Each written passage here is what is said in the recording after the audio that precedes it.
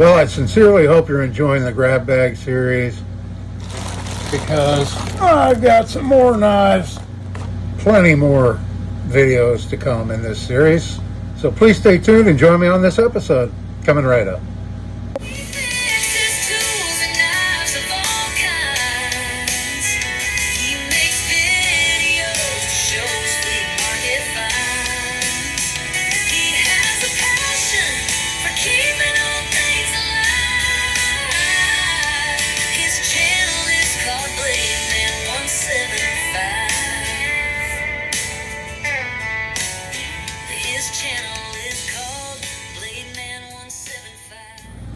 Hello everybody, and thanks for coming back for another video. I'm glad you joined me today out here in the shop where I can show you these pocket knives I finished up and grab another handful. And I'm going to change it up a little bit today because I also have a bunch of fixed blades. I have a bag right here full of fixed blades. So I'm just going to grab one of those. I'll continue grabbing a handful of pocket knives and then one fixed blade to fix up per episode. So we'll jump right in and show you yesterday's knives. Here's the first one right here, and this is brand new. I really didn't have to do anything to this knife. It's an Imperial Schrade Model 14 Mini Stockman, and it's basically brand new. I didn't have to do anything to this knife. If you're interested, you can go on Amazon and find this for, I think it's $12.44, which I think is very reasonable for this little knife right here. It seems to be of really good quality. It has really nice action. 3 blades. Pretty nice little knife there. Yeah, and speaking of Amazon, it came to my attention the other day that there's somebody on eBay, they have 2 listings for my book for $75, which is a total ripoff. You can get it on Amazon. That's the only place I'm selling that book is on Amazon. It's one of those print-on-demand things, and it's $25. And I'm actually going to lower the price to $20 or $19.95 or something like that. I meant to do it already over the weekend, but I didn't get around to it. So today or tomorrow, I'm going to be lowering the price down to like $19.95. Sorry for all of you that bought it at the $25 price, but you know, I've sold a few copies, not really that many. You know, I feel like with all the time that I spent writing the book, I really haven't made my money back for the time spent. But maybe more copies will sell if I lower the price. And I think, you know, $20 is still a fair price. So anyway, that being said, here's the next knife. And all I had to do on this one here was give it a good clean up too. It had a little bit of, this is a assisted knife, Falcon 440 stainless, made in China. And I just cleaned this one up a little bit and put a nice edge on it. It's a little bit on the heavy side, I think, for what it is, but still pretty nice knife. Next up we have this one, the Kershaw. And this is the, I forget, Blackwash, I think they call this knife. We'll zoom in there on the model number if you're interested in looking for one of these.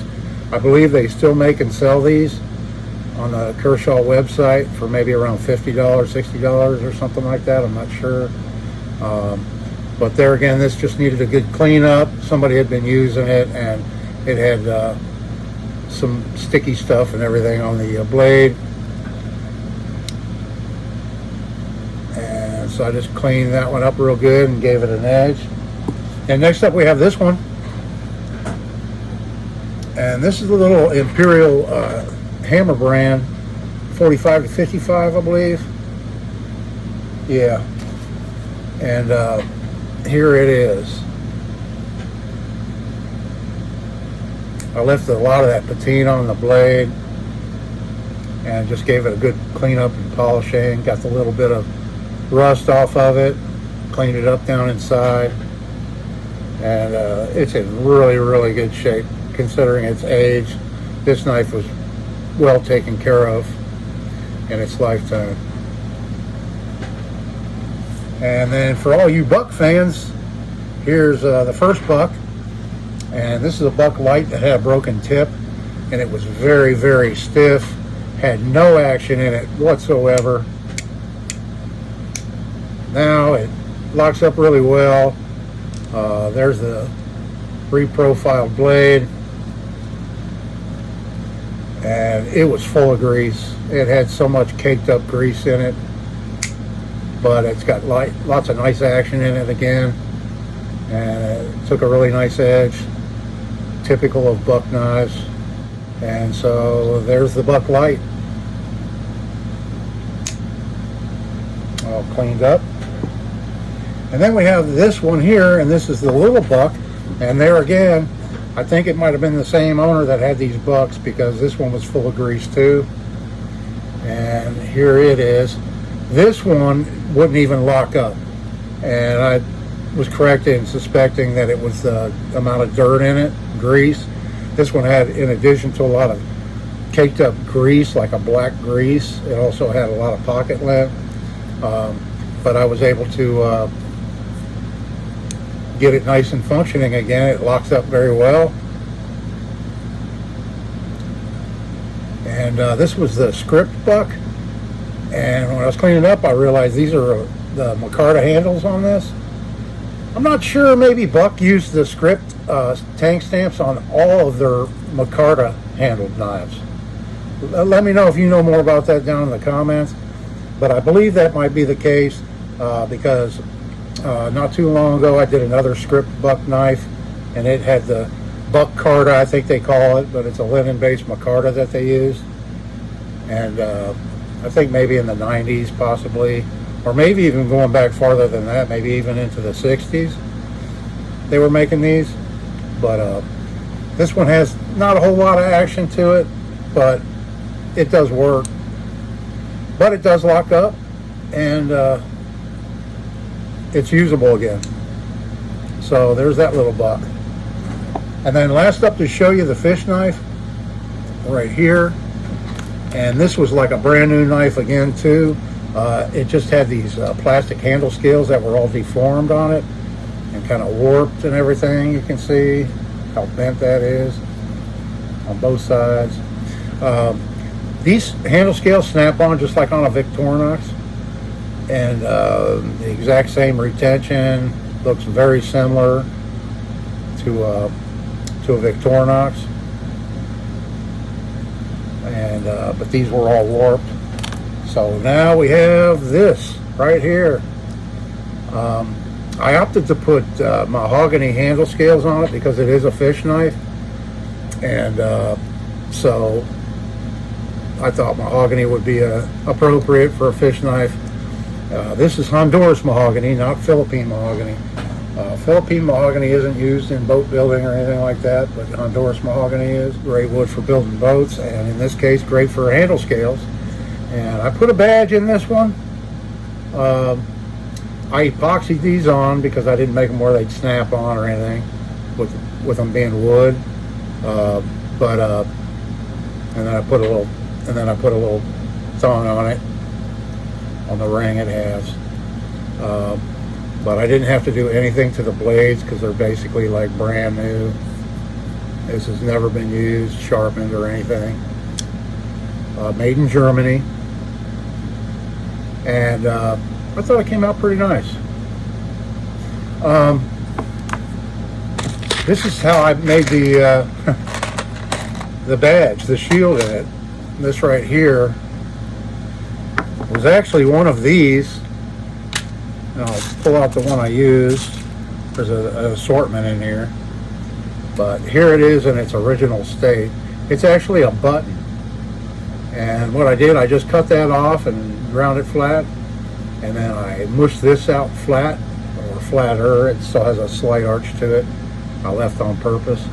But these are made out of metal, some kind of a pot metal that's been plated. And I was hoping that some of these others, I mean, look at these right here. Don't they look like the Boker? Kind of look like the Boker shields that come in a Boker knife with the tree, but they're just a little bit too big. for like this knife in this case. I'll show you the handle scale. I thought one of these would be great in it because it's a German knife, and Boker's German out of Solingen, but it's just a little bit too big for that. But there's a little bit of a variety in here, some kind of cool ones that I'll probably be able to use in the future on other knives, and in leather work too. You know, I'll be able to use them on some of my various leather projects. So there's the knives. Now I will grab a handful out of this bag, and it's heavy. I'm guessing it probably weighs about 30 pounds, something like that. Yeah, it's pretty heavy. All right, we'll grab a handful here, and that's what we got. Oh, we got some nice ones. Looks like we got some nice ones in this bag. All right, and then before I show you those, I have 1, 2, 3, 4, 5, 6, 7 again. I don't know how that works out.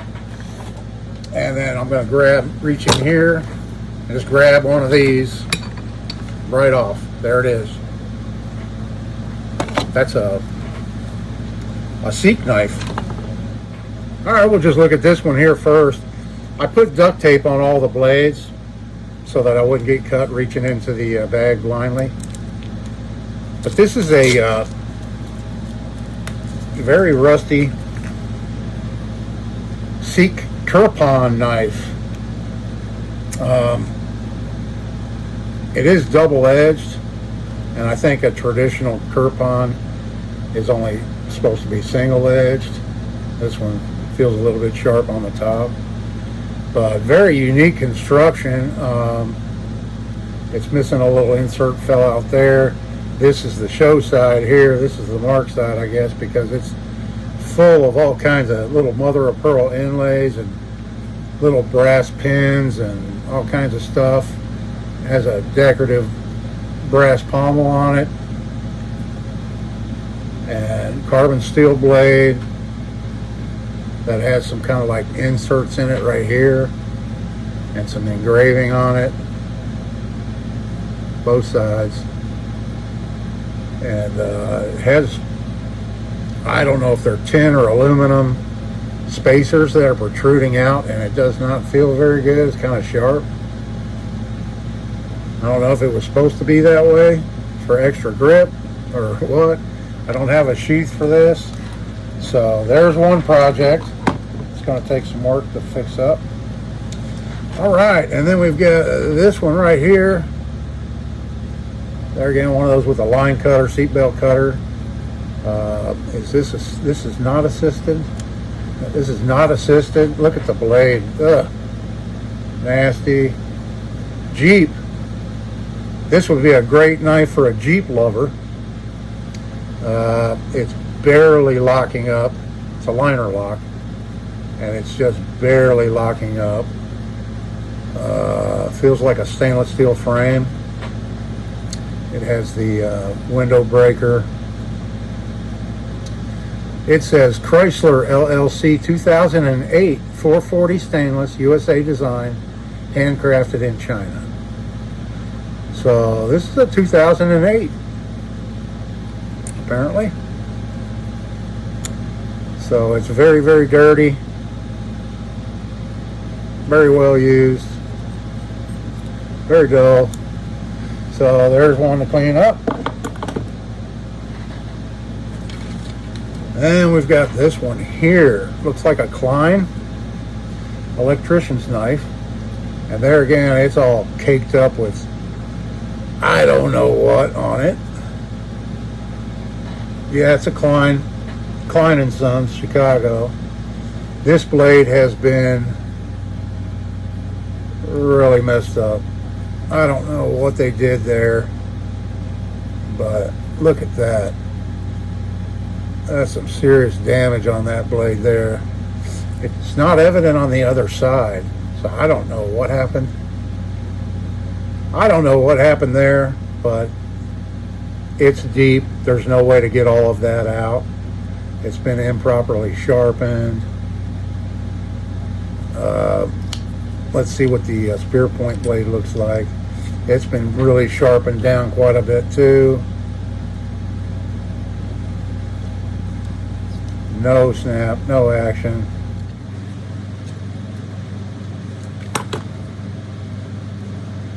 Okay, and then the screwdriver blade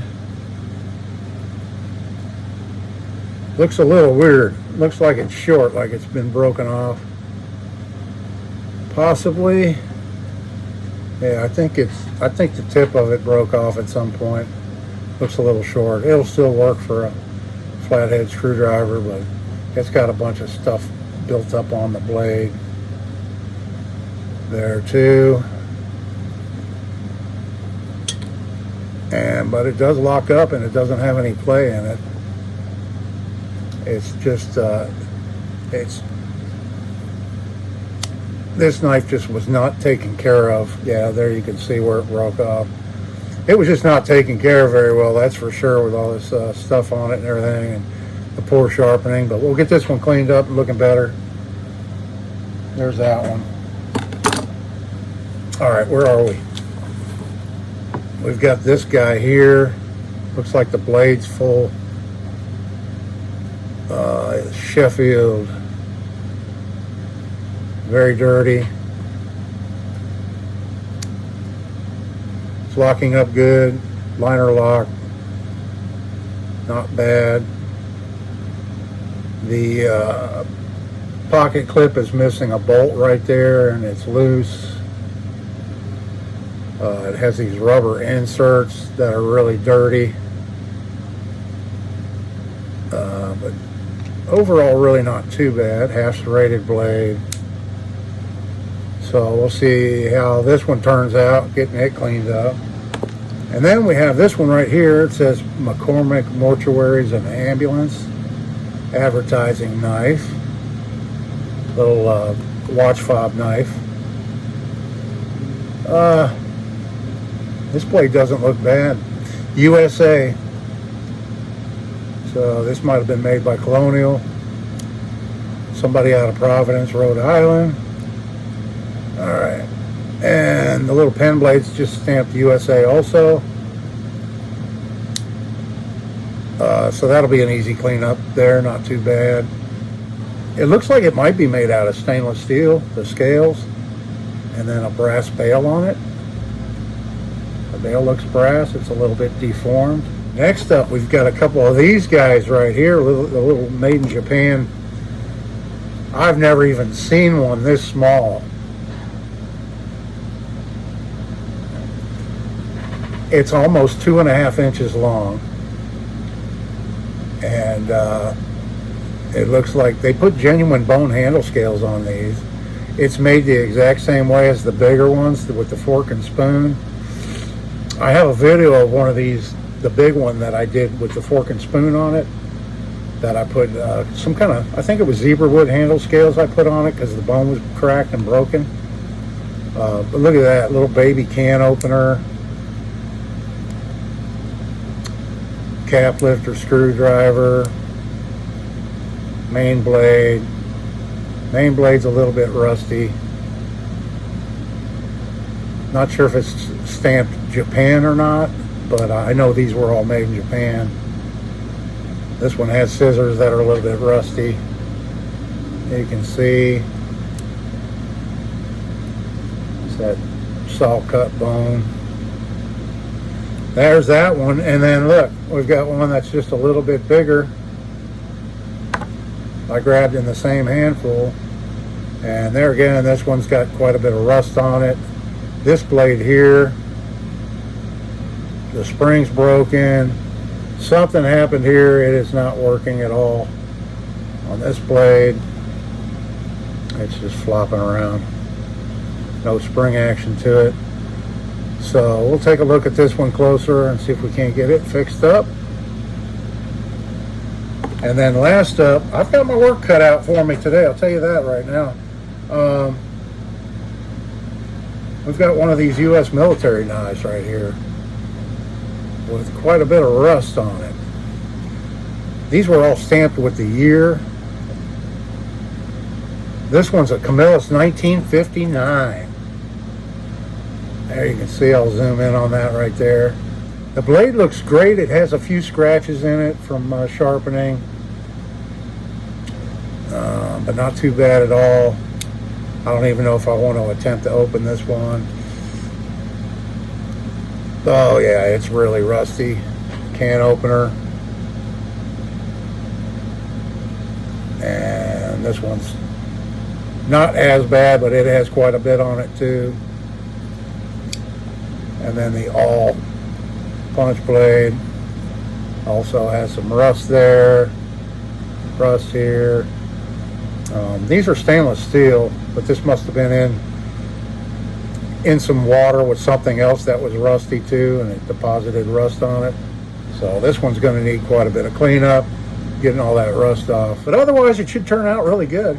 So that's today's knife picks, folks. A little bit more on that eBay deal for my book. I believe he's a scammer. I don't think he's bought a single copy of my book. Like I said, he has 2 listings, and I think what he does is he goes to Amazon, finds books for sale, screenshots the pictures of them, and then he creates an eBay listing using that picture. And then if somebody happens to not do their homework and search for the book cheaper somewhere else, and they buy it from him, then he orders it from Amazon, and then when it comes in, he mails it to them.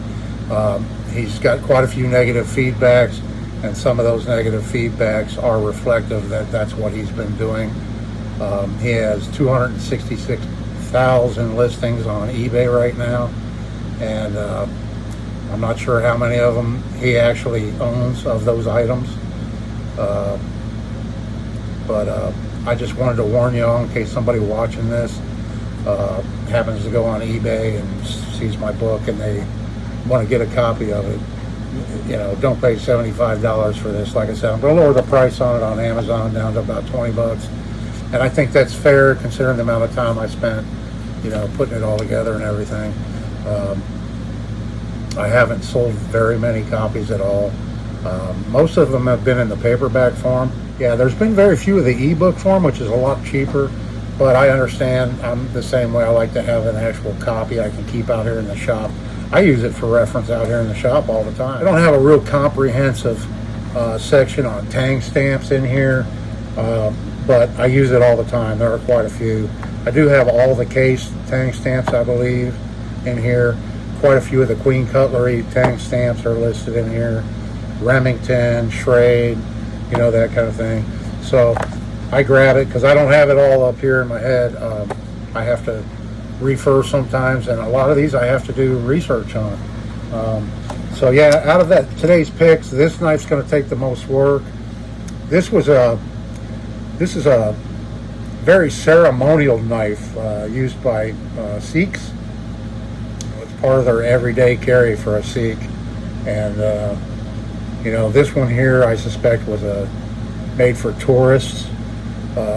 Yeah, I'm quite sure that this Kirpan was not carried by a Sikh. It was just made for the tourist industry.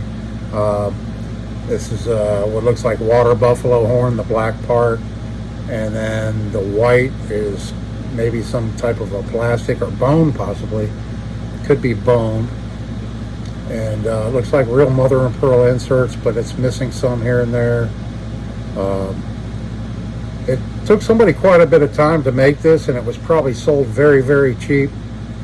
But we'll get her cleaned up and looking better for sure, and get all these cleaned up, and we'll see you in the next video. I hope you enjoyed it. Leave me a comment down there. Let me know what's your favorite, and try and take a guess at how many I'm going to pick tomorrow. You know I'm going to pick one fixed blade because I'm only grabbing one fixed blade each day until they're gone, and then I'll just keep grabbing pocket knives. I still have 2 boxes full of pocket knives, but they're all those camp style Chinese multi-bladed knives and multi-tools, and I've got 2 boxes full of those that I did not put in this bag. There's probably still a couple few in there that I missed, but I didn't want to just grab handfuls of those every day. I don't think that would be really good content for you all. So there's a lot of really nice knives in this bag, and I can't wait to show them to you in the upcoming episodes. So that being said, I hope everybody's having a great day. This is Dave. See you in the next one.